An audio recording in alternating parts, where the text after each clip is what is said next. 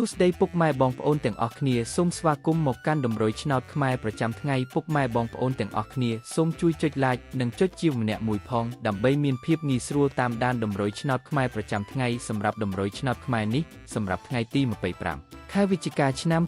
2025ចឹងកុំឲ្យខាតពេលវេលាយូរចឹងយើងចូលមកមើលតម្រុយឆ្នោតខ្មែរយើងវិញសម្រាប់តម្រុយពីលេខ admin មានលេខ75 45 2 75 4 88សម្រាប់ប៉ុស ABCD សម្រាប់លេខអូស admin មានពីរគ្រាប់គឺអូសខ្ទង់40និង